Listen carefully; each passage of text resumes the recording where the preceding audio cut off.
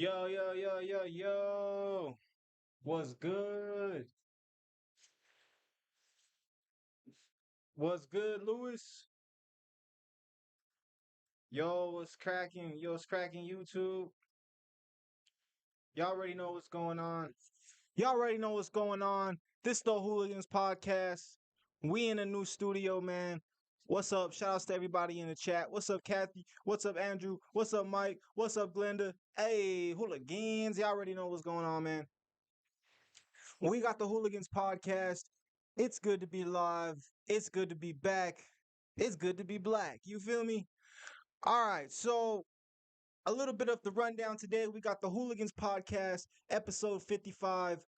We got Majori Taylor Greene swatted.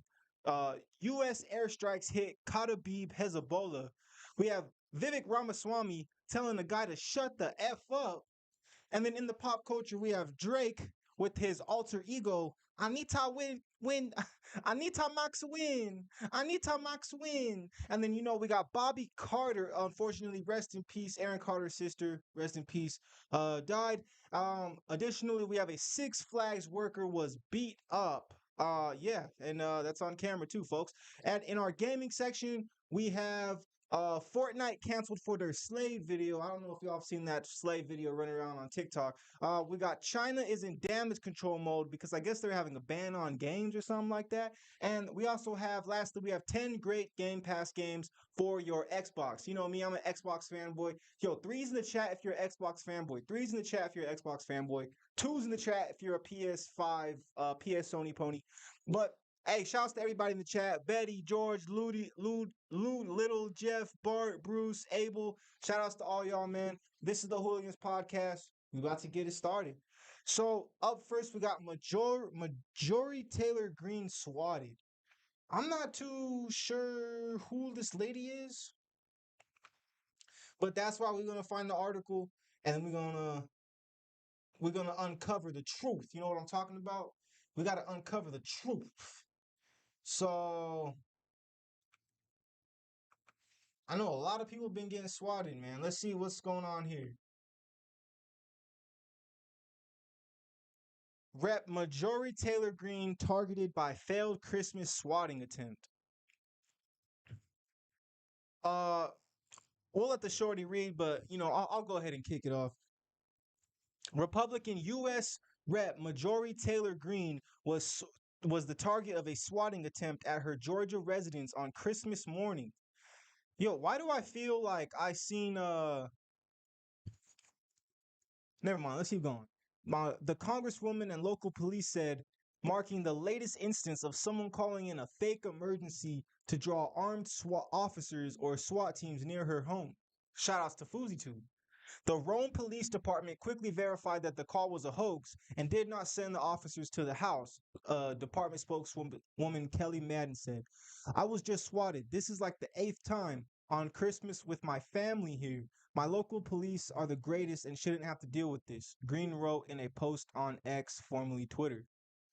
Hey man, that's crazy, man. Yo, has anyone ever been swatted? I've never been swatted, bro. But I feel like that would be the craziest situation to be in, bro. A man in New York called the Georgia Suicide Hotline just before 11 a.m. Monday, claiming that he had shot his girlfriend at Green's home and was going to unalive himself. Next, Madden said the call was quickly transferred to police when Suicide Hotline responders recognized the Georgia congresswoman's address. All right, we need the shorty, yo, because this is getting crazy, bruh.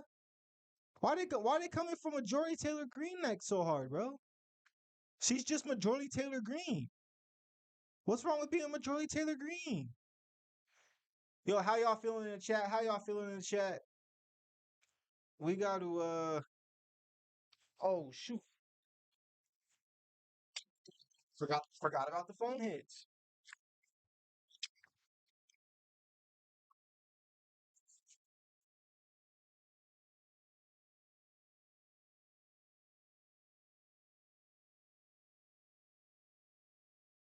Yo, tune in live on YouTube right now. Tune in live on youtube.com/hooligans.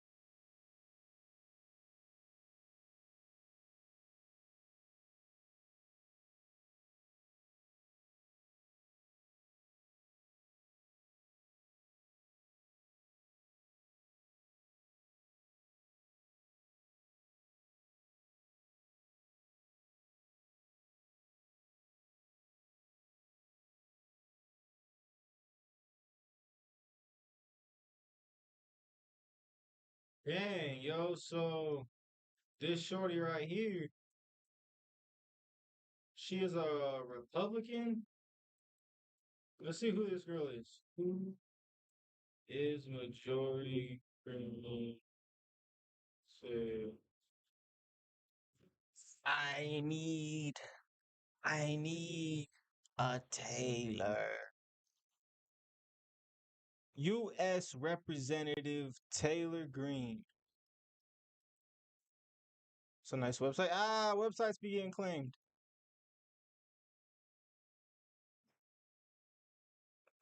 Let's see. Let's see.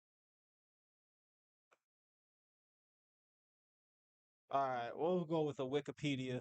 Does anyone know who Majority Taylor Green? Majority Taylor Greene, also known as MTG, is an American far right politician, businesswoman, and conspiracy theorist who has been the U.S. representative of Georgia's 14th Congressional District since 2021. Yo, I feel like this lady was famous way before 2021, but that's been about 2 years now.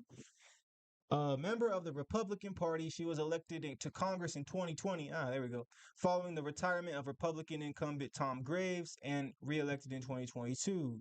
Green has promoted anti Semitic, white supremacist, and far right conspiracy theories, including the white genocide conspiracy. Oh,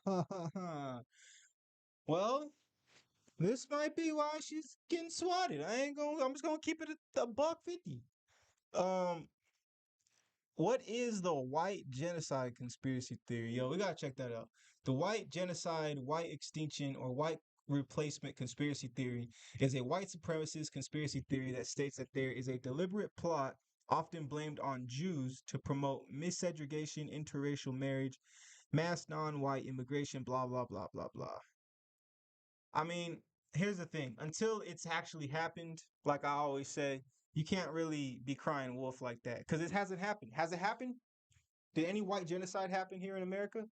Nope. All right, it's all right. So it shouldn't be that big of a concern. Well, it should be a bigger concern is the evil that has happened here. That's a bigger concern because the past is more likely to repeat itself than something new to happen. All right. Anyways, that's Majority Taylor Green. Uh, Pizzagate. We don't even want to talk about Pizzagate, but that may not be a conspiracy theory. I might be with her on that one. Green promoted Russian propaganda and praised Vladimir Putin. Green identifies as a Christian nationalist during the 2022 Russian invasion. This is crazy, bruh. This is like kind of like slander. As a congresswoman, she equated the Democratic Party with Nazis and compared the COVID-19 safety measures to the persecution of Jews. We'll have to tap back into this later. This woman seems like she seems like she's kind of like a Ramaswamy type, but Ramaswamy he's a guy. You know what I'm saying? He's a guy. All right. U.S. airstrikes hit Karabib. So what's going on with these U.S. airstrikes? I gotta get more informed because if I want to be the commander in chief of this nation, I gotta know what the heck. Why we bombing places for, bruh? What's the dealio? Let's talk to. Sorry, Andrew. I don't really like you, bro. I like Jenny. Jenny. I like Jenny.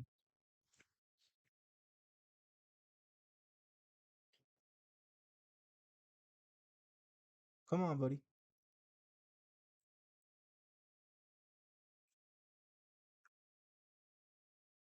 Come on. I know it's a lot, but let's go. Crap. Sorry, I'm sorry, gang.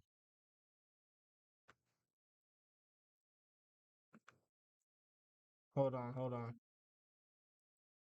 I think the text was too long. All right, screw it. The U.S. military carried out airstrikes on three facilities used by the Iraq-based Kataib Hezbollah and affiliate groups on Monday night after an attack injured three U.S. troops leaving. It's funny they said one Monday night, which was actually Christmas. So they didn't say Christmas though. But when Majority Taylor was swatted, They said it was Christmas. Did y'all catch that? Did y'all catch that? On Monday night, after an attack injured three U.S. troops, leaving one in critical condition, the White House said. A U.S. Central Command statement said early assessments indicated that the U.S. airstrikes ordered by President Joe Biden. Yo, how is somebody who's never had any military experience allowed to just order airstrikes, bro? Can y'all tell me that? How is somebody who's never had any military experience just say, let's bomb this area? Who decided that? I know that wasn't George Washington. George Washington's a fine gentleman. He wouldn't do something like that. The Iranian backed militant group earlier claimed credit for using a one-way attack drone to target the U.S. forces on Erbil Air Base on Monday morning, the White House said. A statement from the U.S. National Security Council spokeswoman Adrienne Watson said the U.S. airstrikes on three locations utilized by Kataib Hezbollah and affiliated groups focused specifically on unmanned aerial drone activities. All right, come on, give me some help. Help! I need somebody. Help! Don't let anybody help. No, I need somebody. Help! Is that the Beatles? When I was young, oh, the young.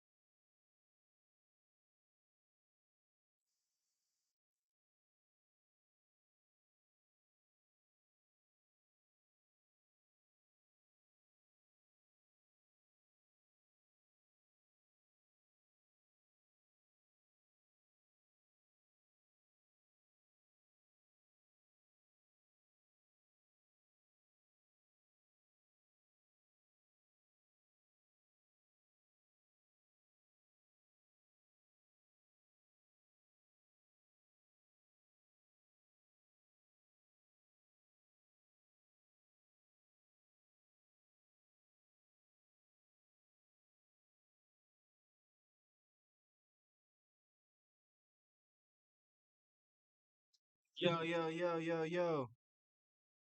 Yo, check, check, check.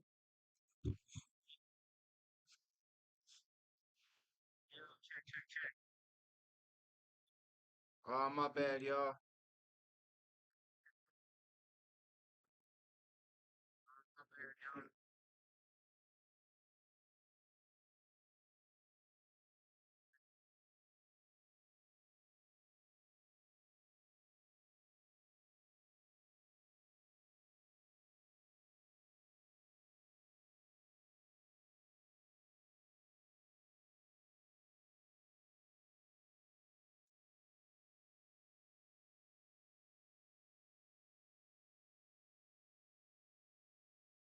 Why isn't it? Why can't y'all hear me? Why can't y'all hear the shorty?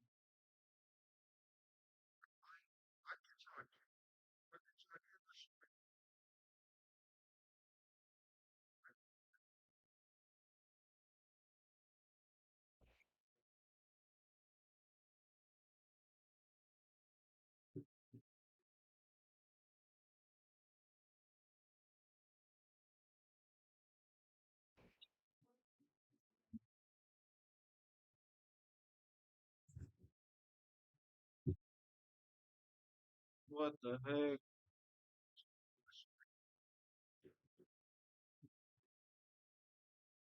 Oh, I know why. I know why. I know why. My bad, y'all. My bad.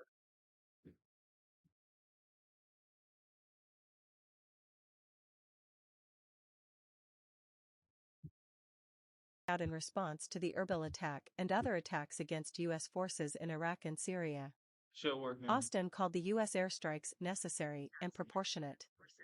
The security serviceman referenced in the Iraqi Prime Minister's statement was a member of Hashd al-Shabi, known as Popular Mobilization Units, PMU, a predominantly Shia paramilitary force, according to a statement released by the group.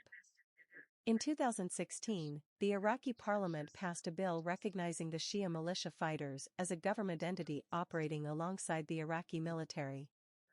The U.S., however, views the PMU as Iran-backed militias and considers some of them responsible for carrying out attacks on U.S. sites in Iraq and Syria.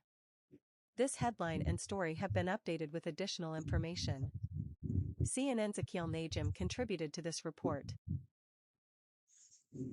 Yo, my bad, y'all. I was freaking using my computer to play Fortnite, so I forgot that I messed with the audio settings.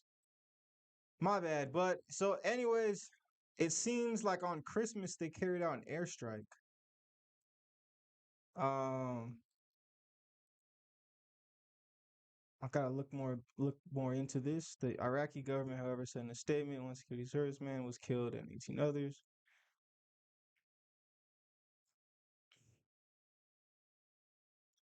All right. We got the new studio, we got the new setup, so we just getting a little comfortable. You know what I'm saying? Um, let's see. Let's just keep it moving, man. Let's keep it moving. We got this Vivek tells guy to shut the F up, which, first of all, it was a black guy. And from my research on Ramaswamy, I have an inkling that he's not very too fond of the black community. Um, I can get into that later, but if you've watched this guy, maybe you'll agree. Vivek tells guy to, first of all, is this how you want your president to act when he feels threatened or when he feels like he's losing?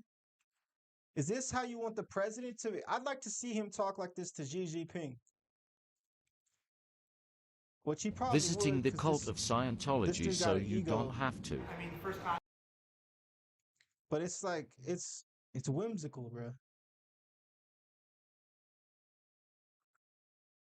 We demand a government that tells us the truth again in this country.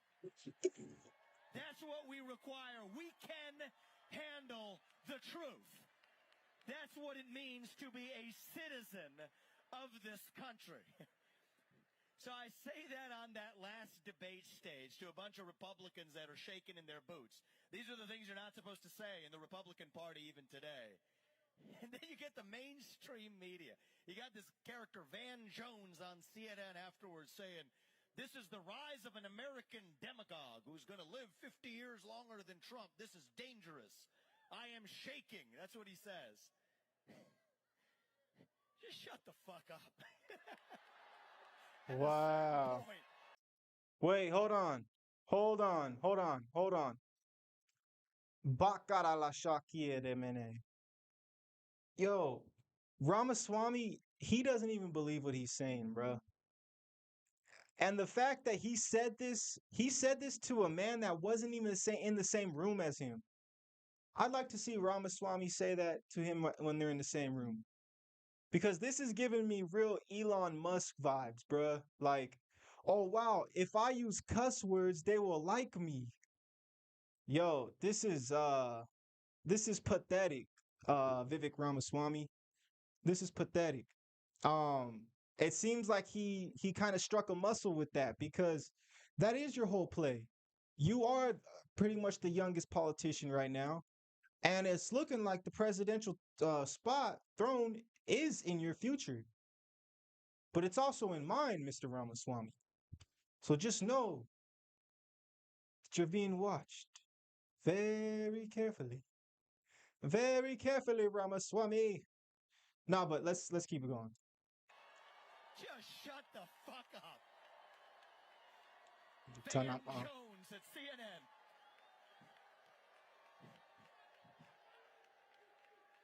Yo, isn't this the same guy that says he has the same like Judeo-Christian values? Isn't this the same guy that tries to come off as Mr. Clean?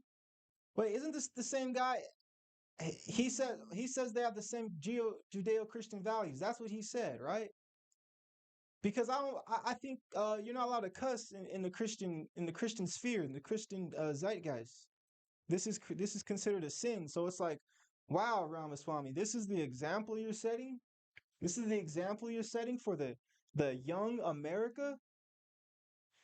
When you don't have a response, you can just cuss people out, especially when they're not in the room.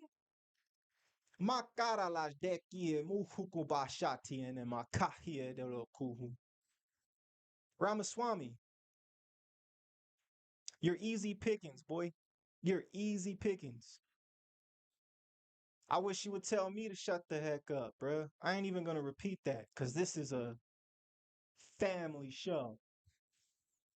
But yo, this is the example you're setting for your children, Ramaswamy. When people strike a nerve, you can just cuss them out. You didn't even have a good response, bruh. This is very sad. It's very sad and unsettling because I've been calling out Ramaswamy, the snake, for like months, bruh. And now he's starting to show his true colors. He's showing you that clean cut doesn't get you to where you want to be in America.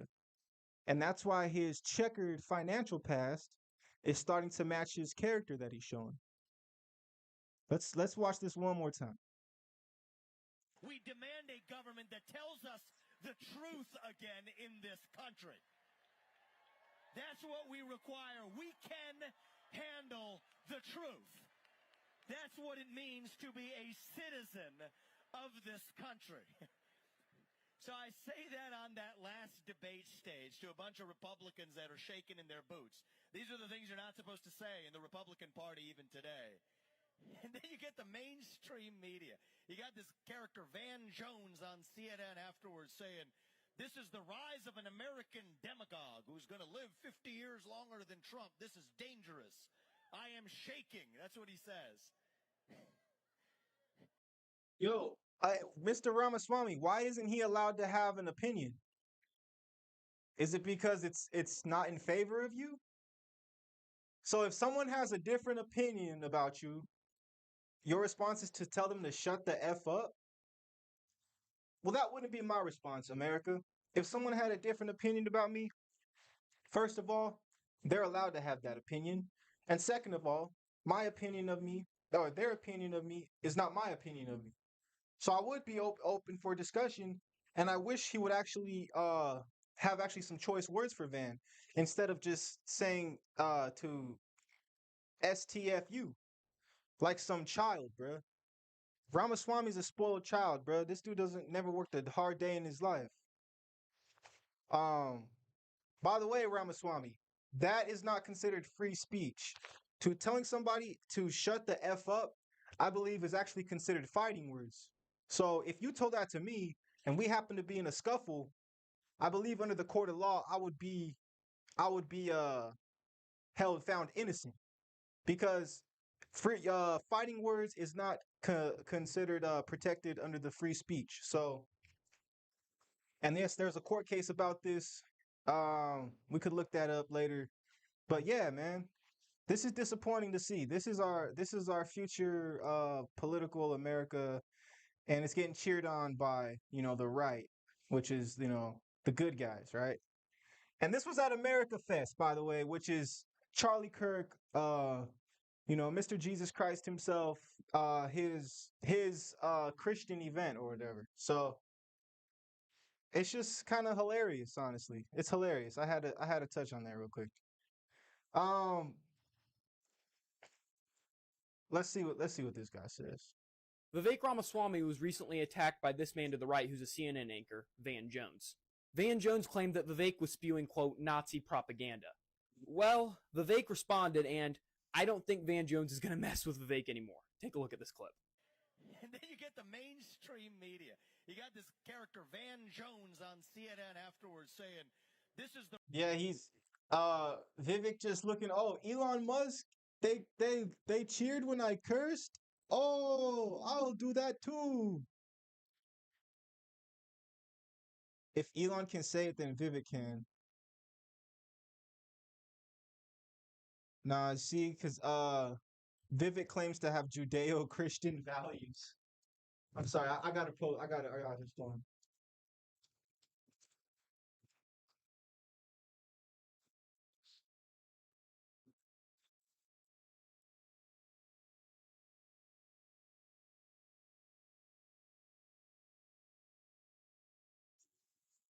Makara la ukubaraha. Hey man, this is the future of America right here. And they love to talk so much smack about the Democrats, but look at what Mr. Charlie Kirk is allowing to happen on his supposedly Christian platform.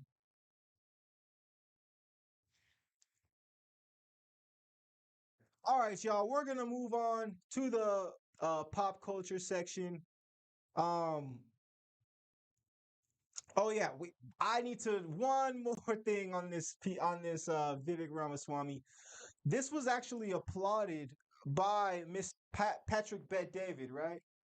Uh, Mr. Instigator himself. That's my freaking adjective for PBD. I've been trying to come up with one, but I believe PBD is one of the biggest instigators on YouTube. But PBD uh ironically also claims to be a Christian as well.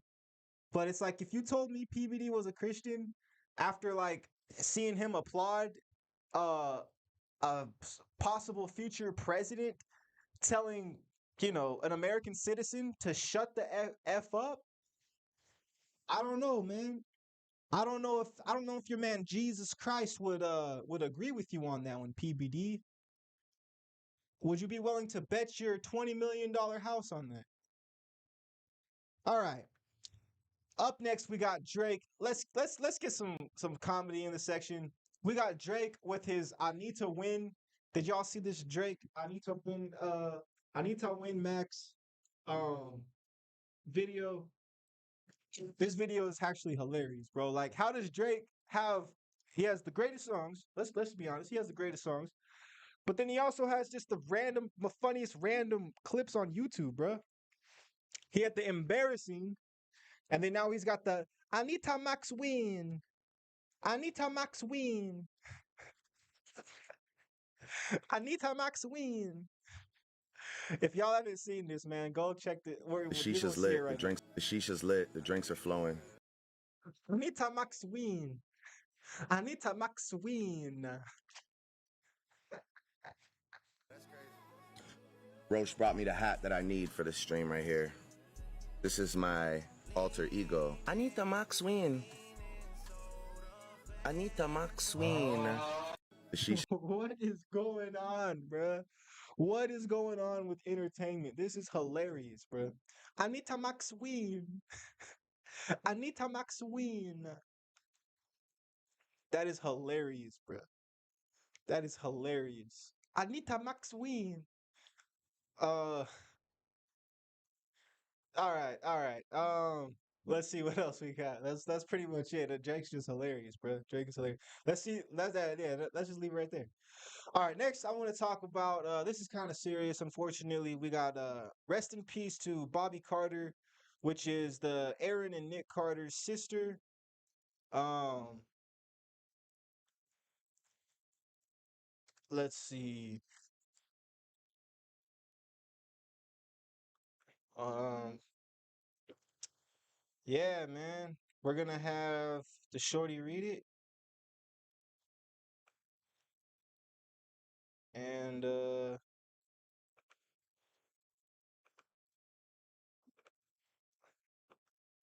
that guy said, "I don't think Van Jones is going to mess with him after this." Why would he be afraid, bruh? You're talking about me when I'm not even in the room, bruh. That has coward written all over it, but whatever. All right. Bobby Jean Carter will be laid to rest in her home state of Florida, a Carter family source confirms, to People exclusively. Multiple sources previously told People the younger sister of Nick Carter died on Saturday at age 41, and that the family believes she went into cardiac arrest at home. Further details of what led up to her death remain unclear. The Family Insider adds that Bobby Jean's 8-year-old daughter Bella is currently in the care of her grandmother Jane, who paid tribute to her late daughter on Saturday in a statement to TMZ. "I am in shock from learning of the sudden death of my daughter, Bobby Jean, and I will need time to process the terrible reality of this happening for the third time," said the matriarch, referring to the deaths of her son Aaron, who died at 34 in November 2022, and daughter Leslie, who died in 2012. Bobby Jean Carter, sister to Aaron and Nick Carter, dead at 41. "However deeply a parent feels the loss of a child, the suffering of a young child at the loss of a parent must be much greater," Jane continued. "So, I would ask the sympathetic to say a prayer for my precious 8-year-old granddaughter Bella, who previously lost her father and is now also left without her mother." The Carter family, from left, Bobby Jean, BJ, Carter, Leslie Carter, Nick Carter, Angel Carter and Aaron Carter at the Style Network party as part of the 2006 TCA Summer Press Tour. From left, siblings Bobby Jean, Leslie, Nick, Angel and Aaron Carter in 2012. Von Youts/Zuma. Bobby Jean previously appeared in the Carter family's reality TV series House of Carters, which aired in 2006, but reportedly struggled in the following years with substance abuse issues. On Christmas Eve, Bobby Jean's younger sister Angel Carter Conrad paid tribute to her late sibling, remembering her great sense of humor and lively spirit. "Growing up, I was your baby, and you were my best friend," Angel wrote on Instagram. "Life wasn't fair to you, that I know. Sometimes, it feels like you didn't have a shot, no matter what." Aaron Carter's twin sister Angel opens up about his addiction. "My brother deserves to be here," exclusive. Angel also pointed to the trauma, pain, and suffering she and her siblings faced as children. I heard it right there, yo. R.I.P. to Bobby Jean Carter, man. I mean, we all die, so it's like it's sad, but it's unavoidable. So it's not like, you know, technically a certain type of death can be avoided, but death in itself can't be avoided. So, yo, I just want to say, man, I feel like crap still. I clowned Nick Carter on one of his lives when he was still alive, and like he read it and he was like, "Yo, what the heck?" And I don't know, I don't feel too good about that. I'm not gonna lie. Do not feel too good about that. But it's like I forgot what I said. It wasn't like too. It was just kind of like a. It was just a jab. It was a jab. Forgot what I said, but this makes me want to go watch the No Jumper interviews with Nick Carter though. Um, if y'all don't know who they were, I mean they were like Nick Carter and Aaron Carter were like the Justin Biebers of freaking my time, like when I was younger. And I was excited, bro, when freaking Aaron Carter returned. Cause I was like, yo, this is like the real celebrity stuff. This is what it's all about. But I turned out I was wrong, man. You know, you can't avoid drama, but I don't think it should be praised. Yeah, man. R.I.P. Bobby Carter. Up next, we got this Six Flags worker beat up, yo. What's going on here, man? Um, I don't think I've watched the full video. I saw a little bit of it on TikTok. Anita Max Wynn. Anita Max Wynn. What is the deal?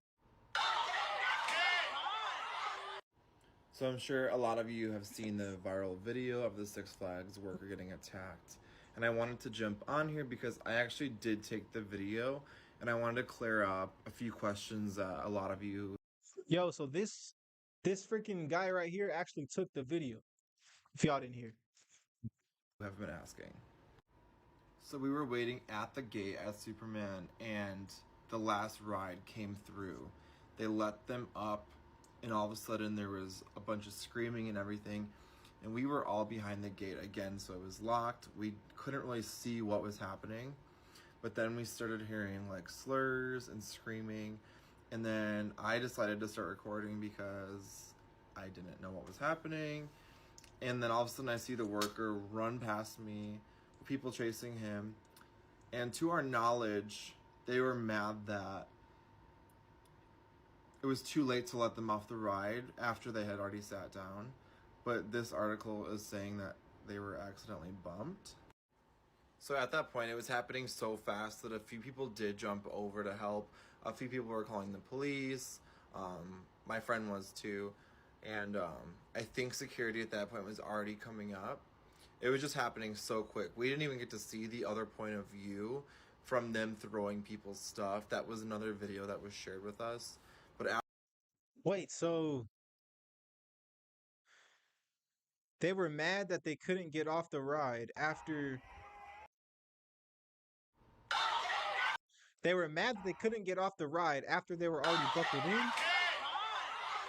But how did so they I'm get sure off? a lot of you have seen the viral video of the Six Flags.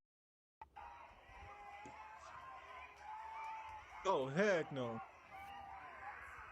These aggressive freaking Six Flags attendees? Bro, it ain't even that serious, bruh. Hey, bro threw that like he was throwing a pie at an evil cartoon or something, bruh. Bro threw that like he was in Toontown, bruh. Look at the cartoon. Look at the cartoon ass. This nigga's throwing a pie, bruh. This nigga was playing Toontown. I look like he's throwing a pie at a Toontown villain. First of all, I had to look up the news article, and it says that they started throwing guest personal items from the nearby storage cubes. When I tell y'all, they would have been paying out of pocket. Matter of fact, give me all your parents' phone numbers now. Might as well give me their credit card. So they were throwing other people's stuff that was in those little cubbies that you keep your stuff safe in.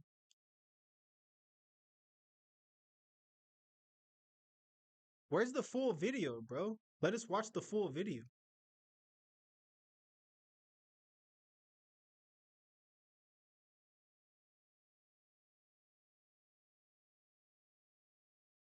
Let's see if there's an article on it.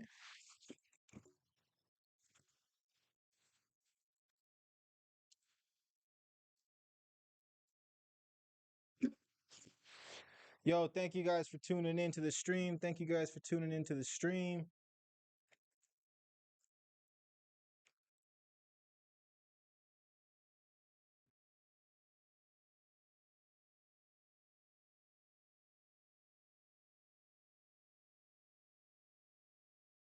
Wow, this happened last month.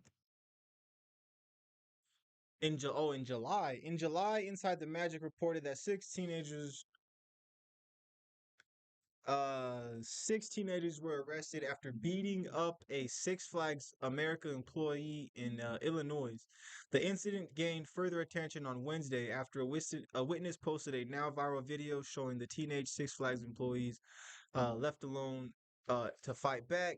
Guests also claimed the Chicago area theme park refused to respond to inquiries following the attack.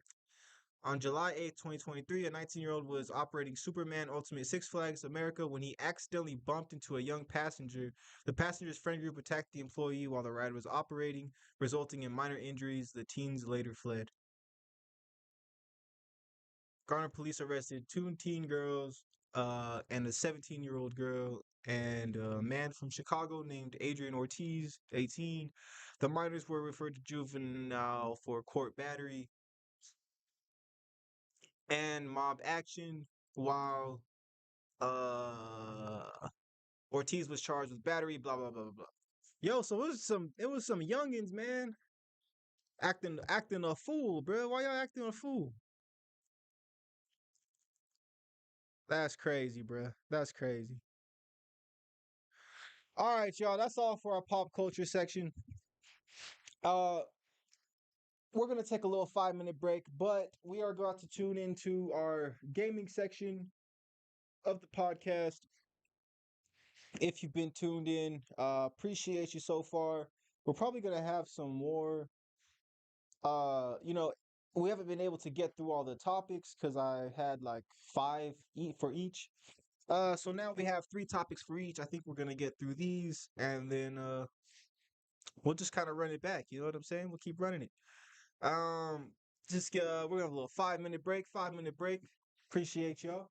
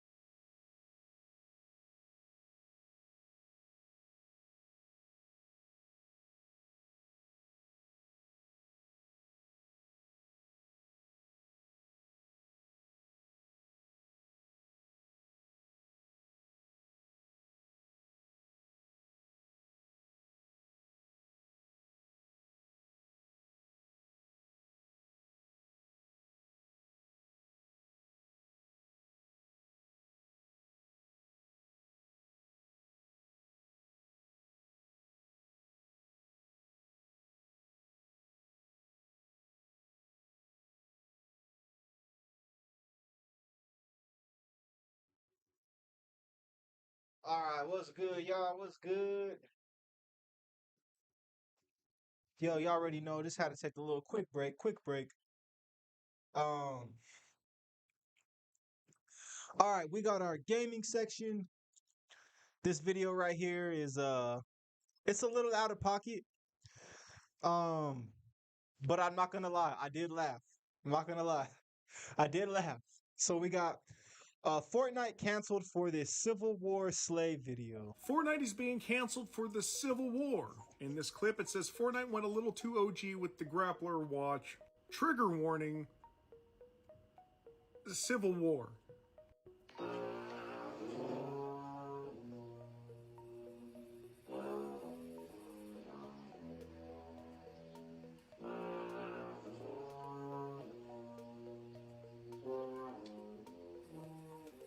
Yo, So these three Fortnite players got together.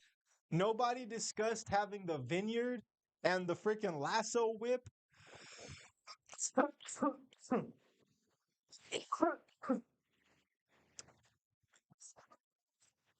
In the same season, bruh. Austin Boats 69 says, now this is OG. I'm sorry, I gotta like it. I gotta like it, bro. I have to. I'm sorry. I'm sorry.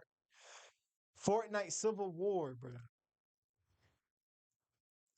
Together and they thought it would be hilarious if two of them got dressed up like black people and Indiana Jones started to whip them. All right. It's not funny, man. It's not funny, but I don't know, bro. I had to just freaking we had to talk about that. Um I don't know what to say, bro. The Fortnite people shouldn't have added it like that. Let's see if there's any other videos on it. Fortnite.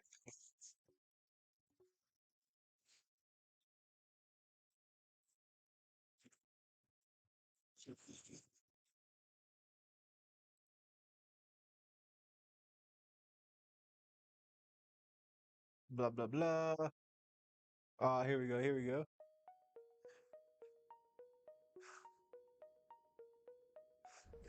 So I have a couple questions. One, is there anybody alive today who was alive during the Civil War? Two, who is offended by this? Three, how do we know the race of the three players? Oh, and four, why are we putting trigger warnings over topics about slavery? Because not a single person alive today has experienced slavery. Nobody. Yo, all right. So this dude is he's a real guy's guy, right? He's a real true American.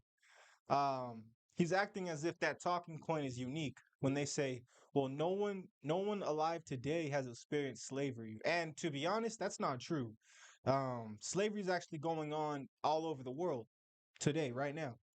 Um, no African American alive today has experienced slavery. But here's the thing, buddy boy. Um, Never mind. I'm not gonna make fun of you. Just as the Jewish people are concerned of the Holocaust happening again, African Americans today are concerned of slavery possibly happening again. And that has nothing to do with whether a slave is alive today or not. And there might actually be some old black people who maybe not.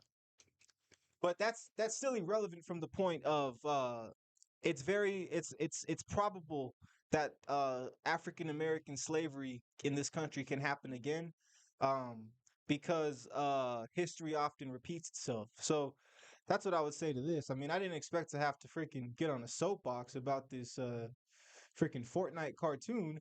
I do agree with them, like, who is offended by this, but I don't really. It's like this guy took a different approach. You know what I'm saying? I was kind of more comedic with it, and he's basically, uh, he is not on board. Let's just say that. Bakarala shakufukuba. Bakarala afukuma. Et. Sorry, guys. I'm trying to get this perfect syllable. Kishi no maka apanama. There we go. You see when the bones crack, that's how you know you got the perfect syllable. Anyways, all right. Yeah, so that's a let's talk about this. China is in damage control mode after they put some type of ban on games.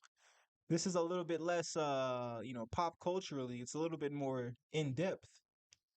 But that's what I kind of want to get into on this podcast. I feel like the more niche, in depth, China is in damage control mode after its crackdown on video games sparked an $80 billion market meltdown. China's video games regulator announced new draft rules for online games last week. The announcement triggered a massive sell-off in gaming stocks. Yikes! Let's read this. Let's read this because this is really the that type of stuff that's interesting, bro. Um, let's have the shorty read it.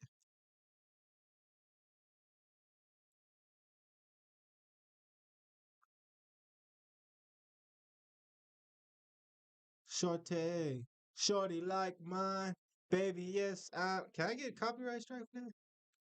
Addicted to how we kick it every day. Say to me, never knew it would be so wicked. Hoping that you stay with me. Heard around the world, you ain't. All right. Shout outs to Flagrant too, man. I love those guys, man. Good guys, good guys. All right. China appears to be getting cold feet about its new restrictions on online games after an $80 billion market sell-off. On Friday, Chinese officials announced new draft rules aimed at limiting how much gamers could spend and restricting rewards that encourage them to spend more time online. The announcement was a surprise and ended up spooking investors and sending markets into a tailspin. Games giant Tencent saw its share price drop as much as 16%, while the stock of its rival NetEase tumbled a record 28%. Shares of the social media service Bilibili, which is popular with gamers, tanked 14%. Advertisement. These three stocks alone lost over $80 billion in market value on Friday after China's announcement, according to Bloomberg's calculations. Online game-related shares listed as far afield as the US and Paris also slid on the news. Investors seem to fear a resurgence of a harsh crackdown against the tech sector that started in late 2020 and continued through mid-2023. The crackdown weighed on China's economy, which has been struggling to stage a convincing recovery following nearly 3 years of on and off pandemic lockdowns. The regulator in question, China's National Press and Publication Administration, appeared to quickly walk back its restrictions.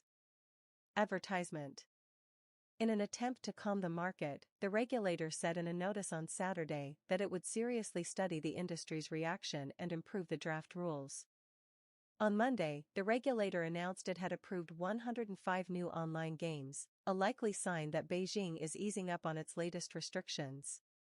The slate of approvals demonstrates the authorities' active support for the development of online games, the regulator said in an official WeChat statement on Monday. Crackdowns on online gaming in China aren't new. In 2021, Beijing barred those under the age of 18 from playing on weekdays and restricted them to 3 hours of gaming on weekends. What the heck? In China, all you can do is play video games for 3 hours on the weekends if you're under 18. Yo, they're making soldiers over there, bro. They're making freaking soldiers, bro. What the heck? All right. So why? Dang. China appears in Friday. China's official announced new draft rules aimed at limiting how much gamers could.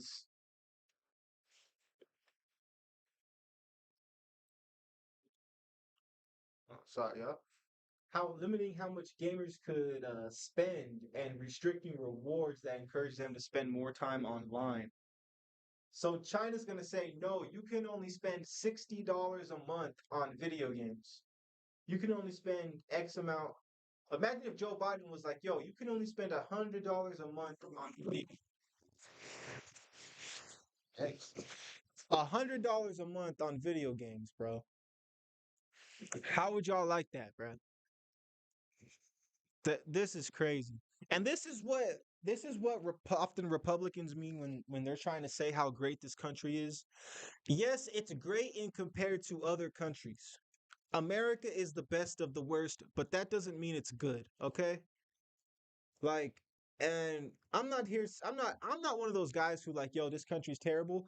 But what this country did do is it tried to cover up its shit. You know what I'm saying?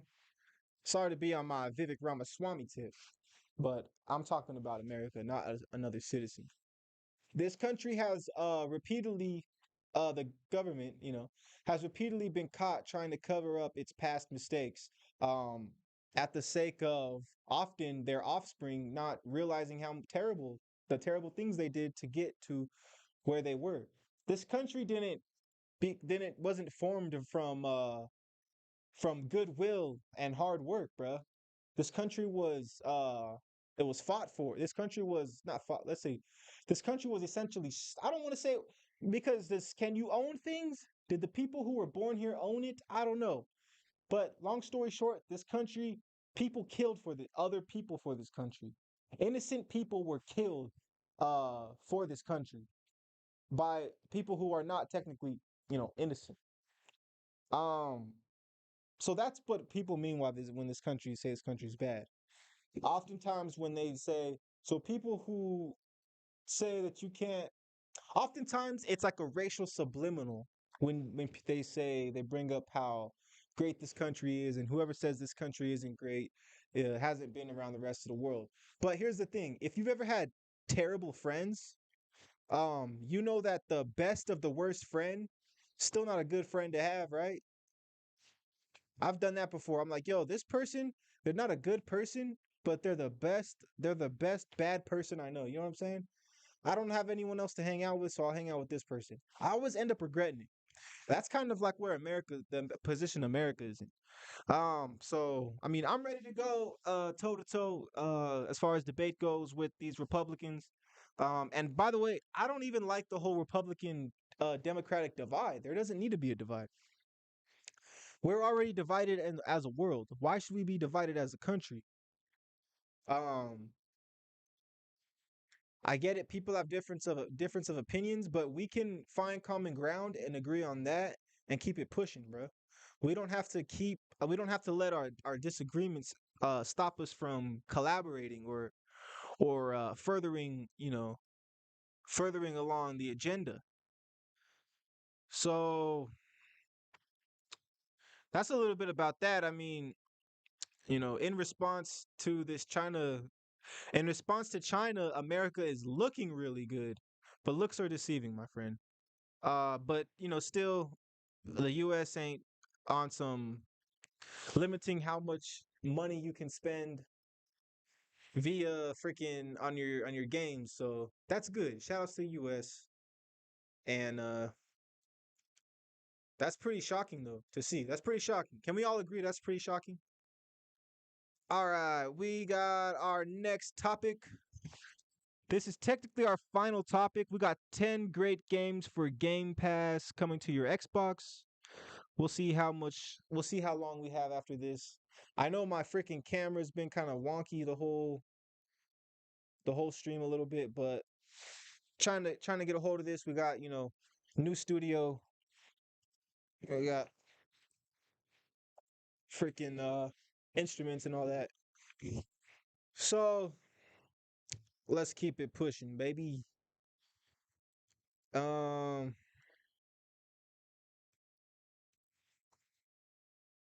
10 great games for Game Pass. Yo, I did a poll on on the YouTube, and let's see. According to the poll, where's it at? Where's it at? Where's it at? Out of 100 votes, 103 votes, 58 people chose PlayStation. 58% chose PlayStation, and 42% chose Xbox in terms of like favor. If you're not subscribed to the YouTube, go subscribe to the YouTube, please, and also participate in our polls, man. We're gonna be doing giveaways soon. Merch, V-Bucks, maybe some Amazon gift cards. But if you're not subscribed, that's cool too, man. Just watch the vids. All right, let's check out this 10 great games for Game Pass for your Xbox. Game Pass might have had a rather slow 2022, but its value has really paid off in 2023. There are more than 400 games to choose from, and I've honestly struggled to pick just 10 to recommend this year. For a monthly subscription fee of $10.99 or $16.99, you get to play a wide range of games like Starfield, Sea of Stars, Tunic, and Inside. If you've just got an Xbox, here's a list of 10 great games to play. Pentiment. Pentiment is a manuscript murder mystery set in the 16th century. In Pentiment, you play as Andreas Mailer, a painter working on illustrated manuscripts in an abbey in Baviera. The game plays out like a visual novel where you'll make decisions throughout that have a big impact on everyone around you. Once you've made those decisions, you'll have to live with those consequences. Ooh, spooky. That sounds cool. Actually, I like Tunic. There was here Tunic. I wanted to look into that. Power Wash Simulator.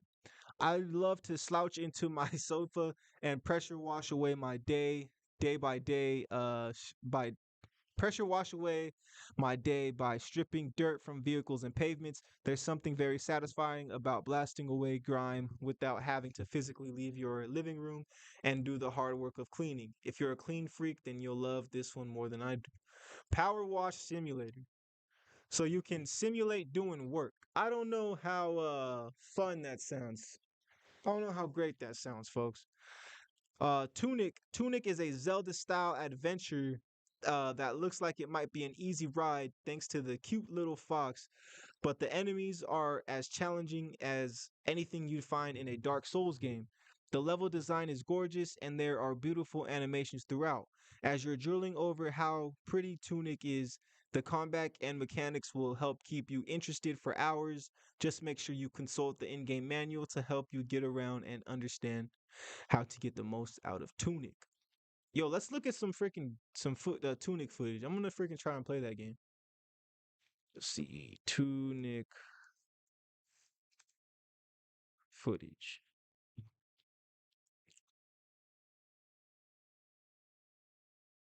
Unhinged in Tunic. Wah, bitch! So I ran into another situation today where practical experience with What the historical heck? objects is incredibly valuable to me. So I ran into another situation today No. where practical experience with historical objects is Ah, incredibly the guy is creeping me out. Wah, bitch! So Wah, bitch! That's what I thought. Easy. First try. Fall the water! I was gonna say. So I ran into another situation No. today where practical experience with So I ran into another situation today where practical experience with his Wah, bitch! That's what I thought. Easy. First try. Fall the water! I was gonna say, good thing they can't follow me in the water. I saw that. Fine, okay, fine. I shall reawaken my inner gamer.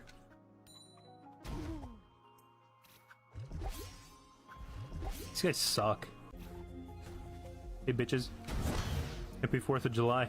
This room, you just saw the page. That's it. Almighty Talos, I don't hear know. my Either prayer! this game is trash or this freaking creator's trash. I'm not sure which one it is.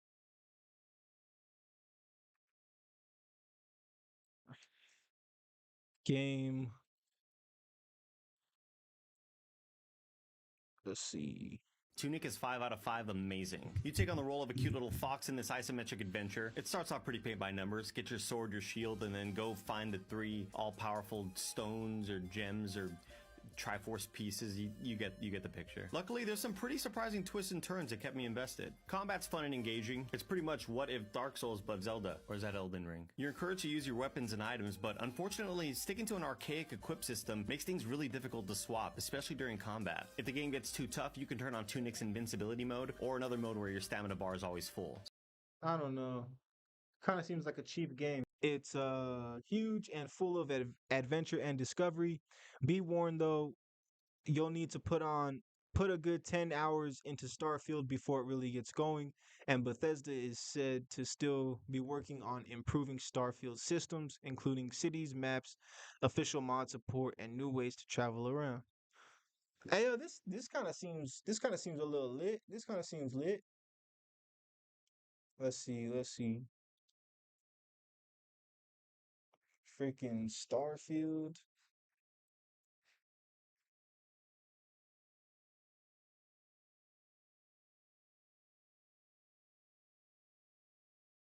What?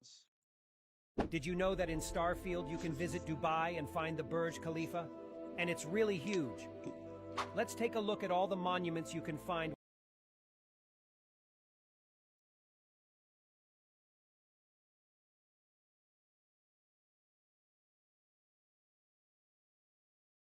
Okay, so I've played Starfield for about 100 hours, and I think I'm ready to make an honest review. So let's go over the good first. The game is amazing, it's ridiculously large, it has a decent storyline, and it can be so much fun if you get into it. The character development and customization are next level and amazing. Going to the individual worlds are really fun. Some of them can feel very similar, but for the most part, they're all different.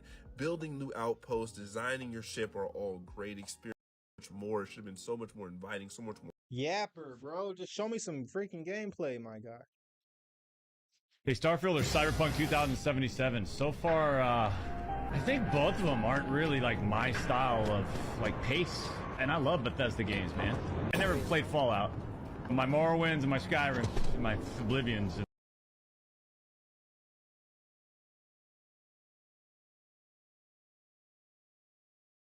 I guess I want some gameplay.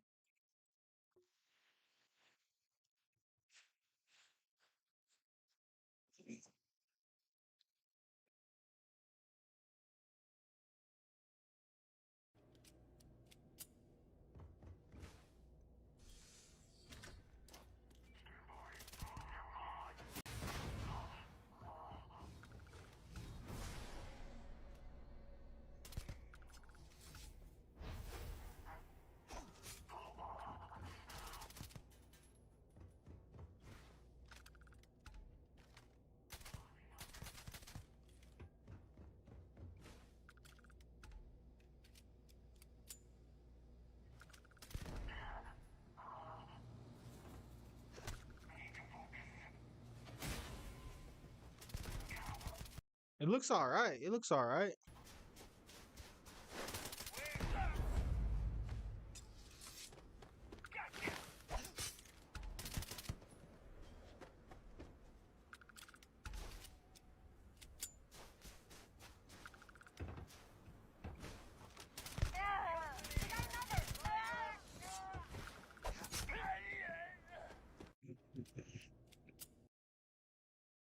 All right, all right. So Starfield's on Game Pass.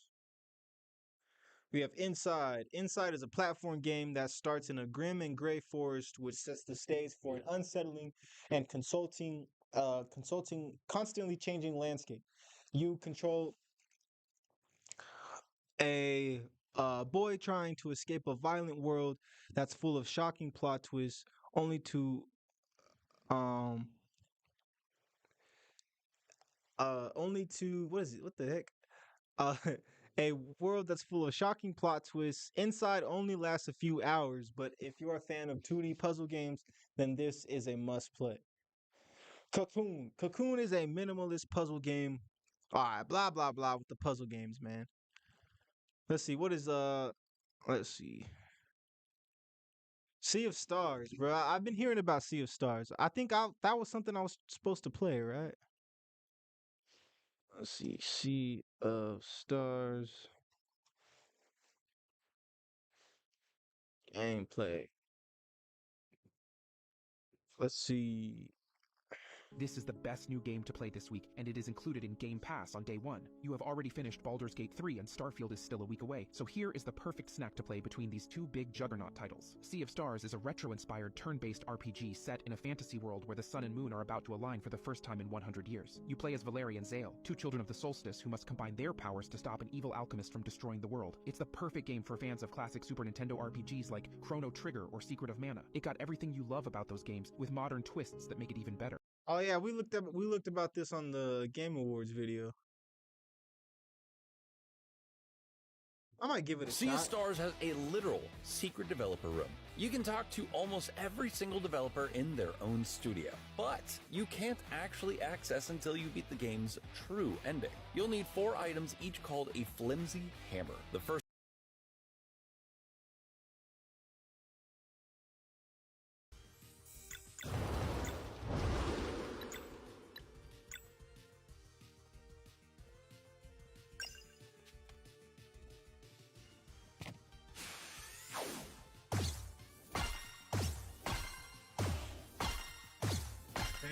thing. Kind of looks like Kirby a little bit. Jeez, bro.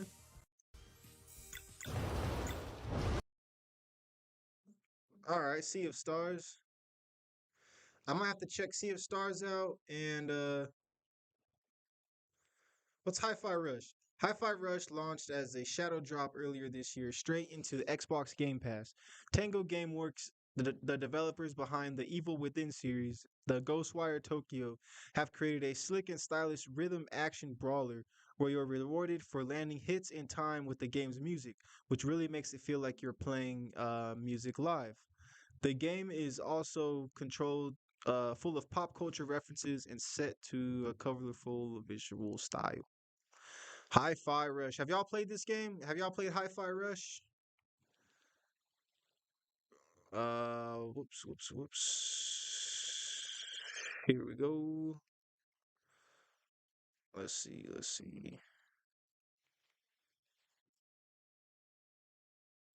Hi-Fi Rush.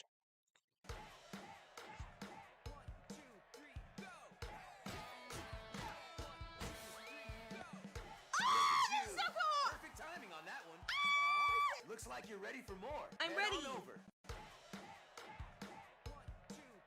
All right, so it's like a Guitar Hero thing. Did you play this complete flop of a game? Hi-Fi Rush had a maximum player base number of over 2 million, but it's considered a flop by Microsoft. It was released in January of 2023 on the same day that it was announced and immediately gained a lot of attention online for its unique rhythm-based action. But it looks like keeping the game an Xbox and PC exclusive might not have been the best strategy. That and putting it on Game Pass, which is where a large chunk of the player base came from, really made Hi-Fi Rush struggle to bring in a profit. And the craziest part is that the game was actually good. I mean, people actually liked it. And now it's unlikely it'll ever get a sequel because most of the people who played it didn't even pay for it. Imagine yourself in a world where this was a physical release that wasn't a surprise. Did you play this Guys,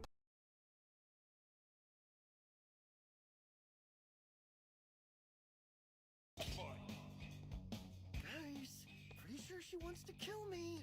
try to talk her down. We saw you spying those Spectra files, so you know I wasn't lying. Assessing the problem is my job. I don't need you to tell me. Well, apparently I do, since you aren't getting it. Don't belittle me. Chai, don't attack her. Protect yourself.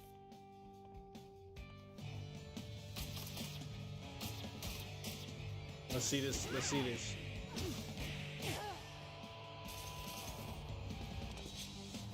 You think you can strong-arm me?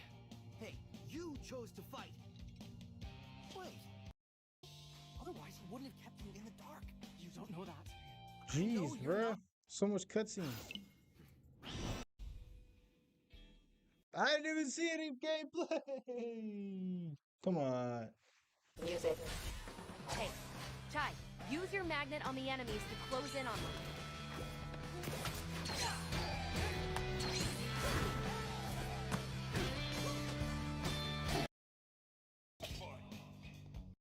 Music. Hey, Chai, use your magnet on the enemies to close in on them. This actually looks kind of lit. I ain't gonna lie. It looks like an old Xbox game.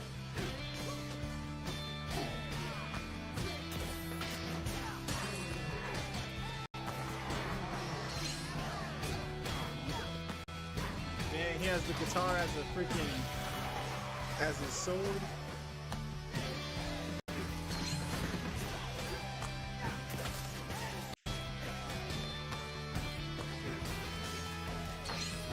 Yo, I'm gonna have to give that a try, actually. I'm sleeping on that game.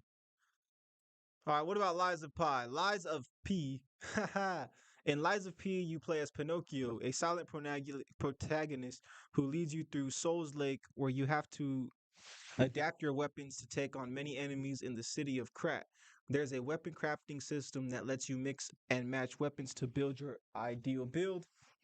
To create your ideal build, Lies of P also has a lying system, which means decisions you make throughout the game can lead to 3 different endings. If you're a fan of the combat in Bloodborne, then Lies of P will feel similar. Let's see what's up with Lies of P. of P gameplay.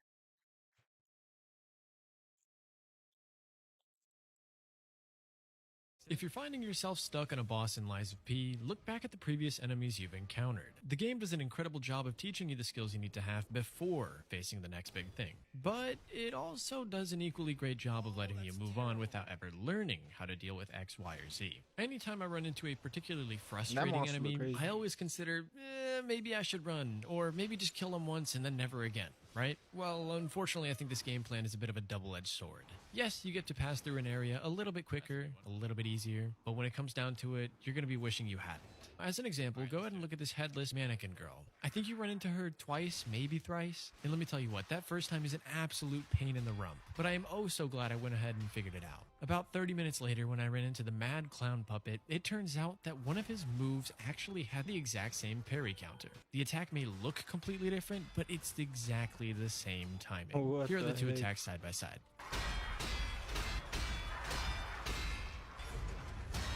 Now, bear in mind, I did take the pauses out of the puppets combo, but without them, it is exactly the same. So yeah, that's pretty much my analysis on how the developers teach you before smashing you into the ground. If you're finding yourself stuck on a boss... Yo, this game looks pretty lit too. I can't cat, bruh. I can't even hate.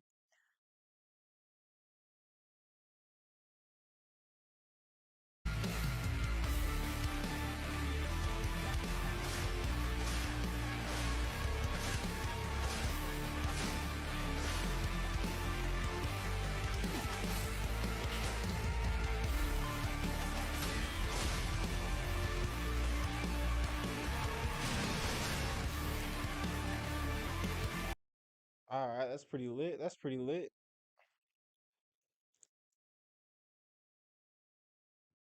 Let's see. Jusant is a climbing game from the developers behind Life is Strange. You start at the base of a huge tower, climbing up and maneuvering through obstacles. It's full of incredible vistas as you climb, but I just wish the game wasn't told through huge amounts of text that really get you reaching for the skip button. Still, it's worth pushing through all the dialogue for this solid addition to the Xbox Game Pass library. Let's check that out. Let's check that out, man. Jusant gameplay.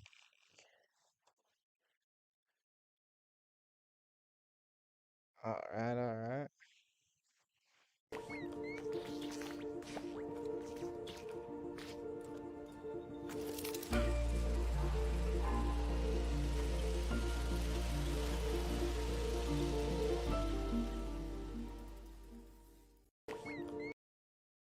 Looks all right. Looks all right. Let's see what else.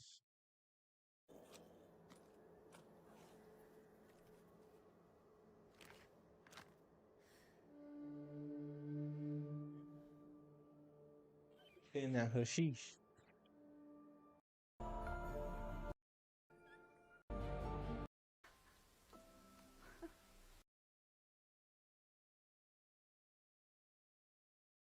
This is the Omnivert Gamer doing a 1-minute review of Jusant. I really enjoyed this game. It's beautiful in so many ways. It has awesome graphics, great music, and fluent gameplay. For a game about climbing, it's quite remarkable. Jusant manages to create a compelling narrative and a likable protagonist without the use of dialogue, which is no easy feat. The game's score really sets the tone for the different areas you explore, and each zone provides a different set of challenges as you ascend. My only issue was the game's length. There's only 6 chapters that take around a half hour each. Overall, Jusant is a fantastic game that focuses more on the journey than the destination. It might not be for everyone, but if you enjoy this genre, then there's definitely something here for you. Yo, man, I was hating on this. I was hating on these games. I might have to try all these games out, except for Cocoon. Screw Cocoon. And Inside. I'm trying to play Starfield, Tunic. Shoot, I might even try Power Wash Simulator, bro. But nah, that's enough. That's enough with that. Let's see where we're at. We're at 122. I'm gonna go ahead and end it right there, guys. thank you guys for watching. Please go and subscribe to the channel. And I'm trying to figure out if I'm going to keep the Patreon or not. I might just focus on building the content on YouTube. But regardless, thank you guys for watching. And I'll see you guys in a few days. Like and share. Hooligans.